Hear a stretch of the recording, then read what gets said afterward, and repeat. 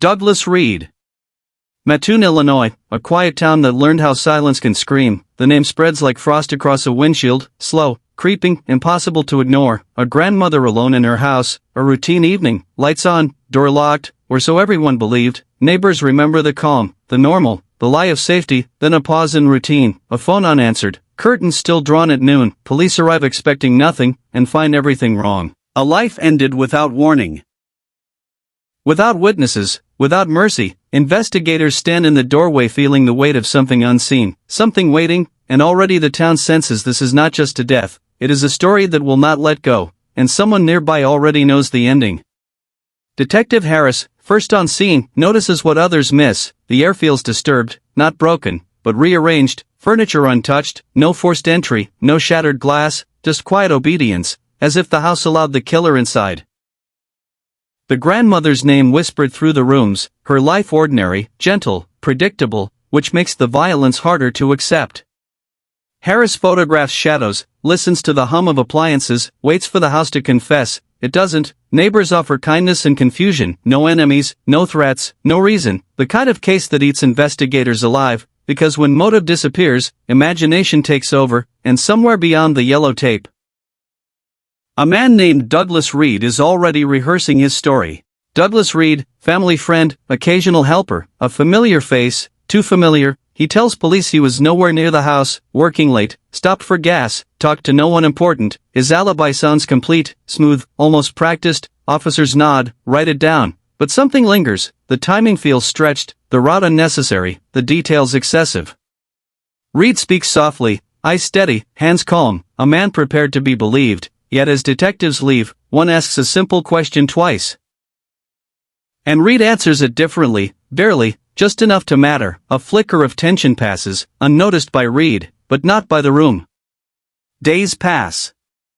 Mattoon mourns, candles flicker on sidewalks, grief unites strangers, but the investigation crawls, no weapon, no fingerprints worth keeping, no cameras pointing the right way, leads dissolve under sunlight, rumors bloom instead, a drifter, a burglary gone wrong, a secret past, each theory louder than the last. Detectives chase shadows. Knock on doors that open to confusion, every dead end drains time, pressure builds, the department feels watched, judged, and Reed stays close, offering help, sympathy, memories, inserting himself just enough to matter, just enough to be seen, and still no one can prove he should not be there. Detective Harris returns to Reed's alibi, not because it is weak, but because it is strong, too strong. Timelines are redrawn, minutes counted, traffic lights mapped, a gas station clerk remembers Reed. But not clearly, the receipt timestamp blurs certainty, security footage exists, but skips seconds that matter. Investigators feel mocked by gaps. Reed cooperates eagerly, smiles thinly, corrects small mistakes, unknowingly sharpening suspicion. When pressed about his route, he hesitates, then explains. The explanation fits, but only if time bends, and time never does. The grandmother's house is revisited, again, each visit peeling another layer, a moved photo frame, a chair angled wrong, details dismissed now scream quietly. Familiarity becomes the key, someone who knew where things belonged, someone welcomed inside. Reed's name circles back, not as accusation, but gravity. Detectives talk psychology, access crimes, trust exploited, and suddenly the crime feels personal, intimate, colder than violence, warmer than rage, a choice, not an accident.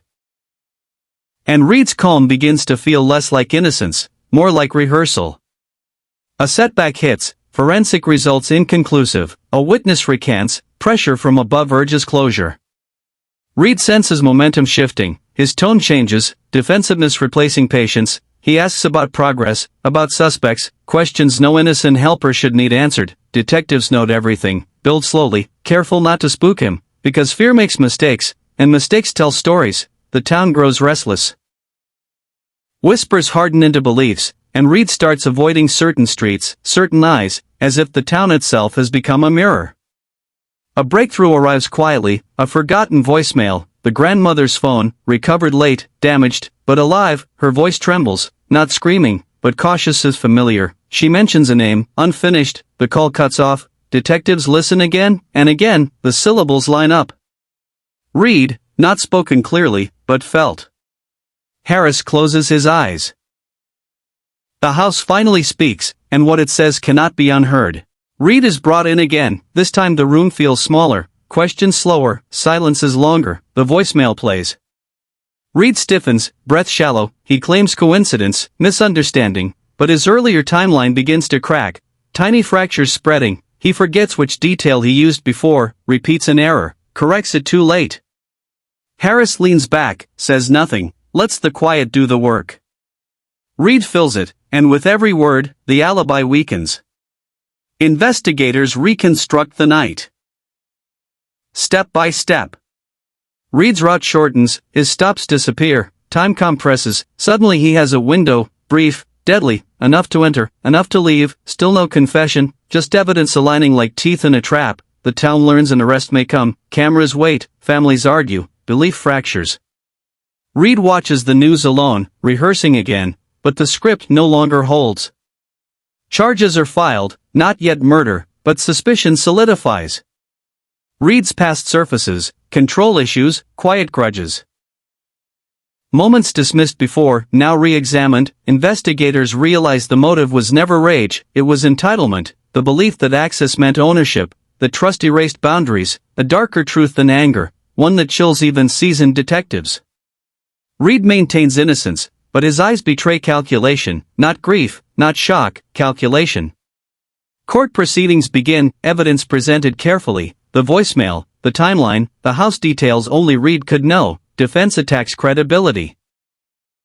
Raises doubt, the jury listens, tension stretches days into years. Reed watches faces, measuring impact, still believing he can outthink the room, but one juror stares back, unblinking, already decided. Testimony from a neighbor lands unexpectedly, a memory delayed by fear, seeing Reed's car, earlier than he claimed, parked where it should not be, the courtroom shifts. Reed's jaw tightens, the defense falters.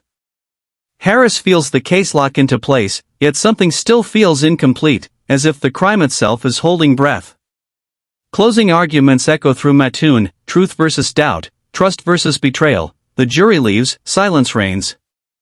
Reed sits alone, finally small, the verdict returns. Guilty, the word heavy, final, the town exhales, believing the story is over. But closure never comes clean, investigators review files late one night, a detail nags, the voicemail timing, off by seconds, seconds that matter. Harris replays it, notices background noise, a second presence, breathing, closer to the phone than Reed should have been.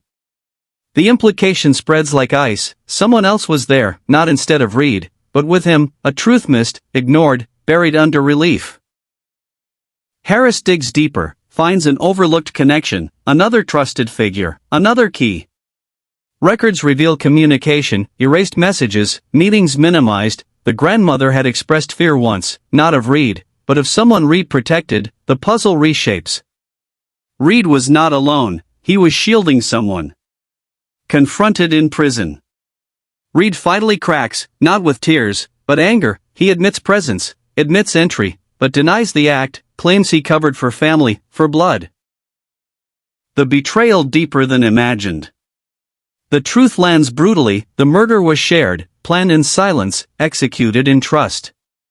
Reed's alibi wasn't broken by mistake, it was broken by loyalty, a loyalty more dangerous than hatred. Mattoon learns the final truth too late, the grandmother knew both faces, welcomed both inside, and in that moment of recognition, realized safety had lied, the case closes again, heavier, darker, because justice came, but innocence did not, and the town understands. The scariest monsters do not break in.